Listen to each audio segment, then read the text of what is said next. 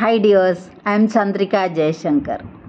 ഇന്ന് ഞാൻ നിങ്ങളുടെ മുന്നിൽ വന്നിരിക്കുന്നത് ശുഭാപ്തി വിശ്വാസം, ഓപ്റ്റിമിസ്റ്റിക് തിങ്കിങ്, ഇതിനെപ്പറ്റി സംസാരിക്കാൻ വേണ്ടിയാണ്. എന്താണ് ശുഭാപ്തി വിശ്വാസം? എല്ലാ കാര്യങ്ങളും നാം ഉദ്ദേശിക്കുന്ന, നാം ആഗ്രഹിക്കുന്ന, നാം സ്വപ്നം കാണുന്ന എല്ലാ കാര്യങ്ങളും വളരെ നല്ല രീതിയിൽ ശുഭമായി കലാശിക്കും എന്നുള്ള ഒരു സ്ട്രോങ് ആയിട്ടുള്ള ബിലീഫാണ് ശുഭാപ്തി വിശ്വാസം എന്ന് പറയുന്നത്. ഈ ശുഭാപ്തി വിശ്വാസം നമ്മളെ പവർഫുള്ളാക്കും ജീവിതത്തിൽ. അതുകൊണ്ട് തന്നെ ശുഭാപ്തി വിശ്വാസമുള്ളവരായിരിക്കാൻ നമ്മൾ ഓരോരുത്തരും ശ്രമിക്കണം.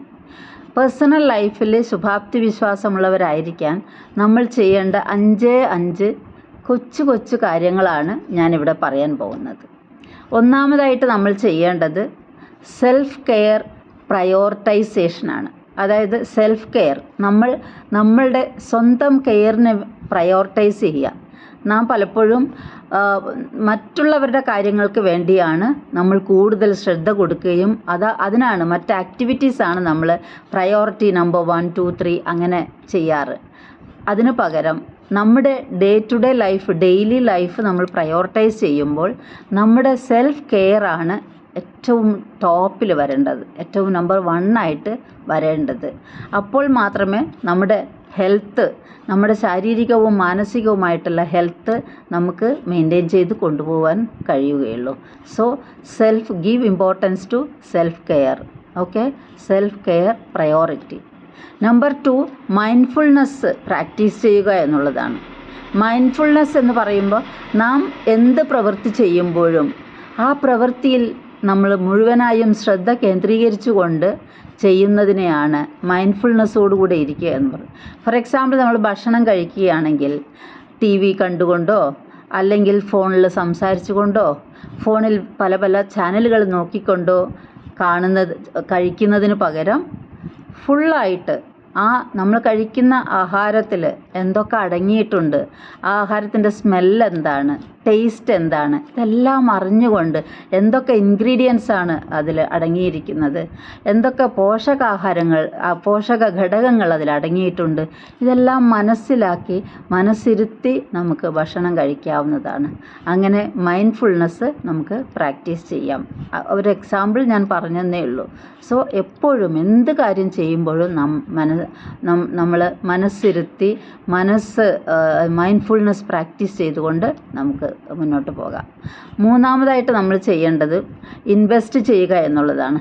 നമ്മളുടെ ഗ്രോത്തിന് വേണ്ടി, പേഴ്സണൽ ഗ്രോത്തിന് വേണ്ടി നമുക്ക് പ്രഷ്യസ് ആയിട്ടുള്ള ടൈം അതേപോലെ തന്നെ പണവും നമുക്ക് ഇൻവെസ്റ്റ് ചെയ്യാം.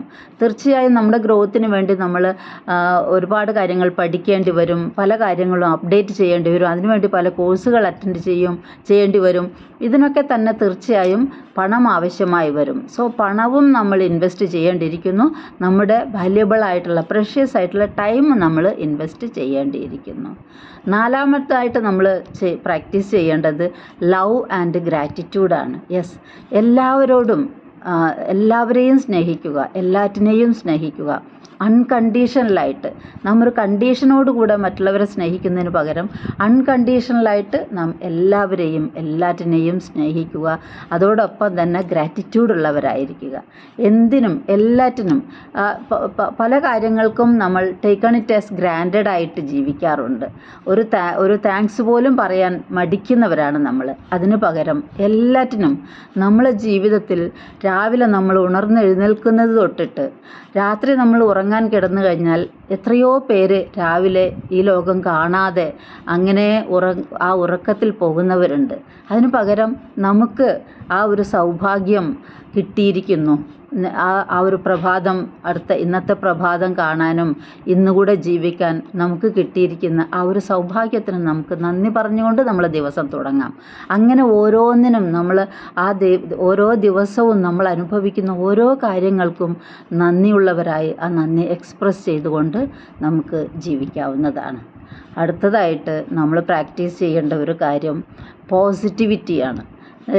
എല്ലായ്പ്പോഴും നമ്മൾ പോസിറ്റീവാണെന്ന് പറഞ്ഞാൽ മാത്രം പോരാ, പോസിറ്റീവായി ചിന്തിക്കുക, കാര്യങ്ങൾ മനസ്സിലാക്കുക, അനലൈസ് ചെയ്യുക, ആക്ട് ചെയ്യുക.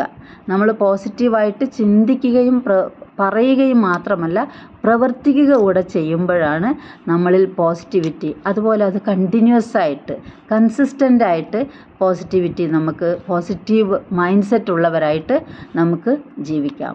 സോ ഇത്രയും 5 കാര്യങ്ങൾ നാം കണ്ടിന്യൂസ് ആയിട്ട് പ്രാക്ടീസ് ചെയ്യുകയാണെങ്കിൽ നമുക്ക് വളരെ ഓപ്റ്റിമിസ്റ്റിക് ആയിട്ട് ശുഭാപ്തി വിശ്വാസമുള്ളവരായിട്ട് ഈ ലോകത്ത് ജീവിക്കുവാൻ കഴിയും. Thank you all for listening. ഇഷ്ടപ്പെട്ടെങ്കിൽ ഈ വീഡിയോ ഒന്ന് ലൈക്ക് ചെയ്ത് ഒന്ന് സബ്സ്ക്രൈബ് ചെയ്താൽ നന്നായിരിക്കും. Thank you all for listening.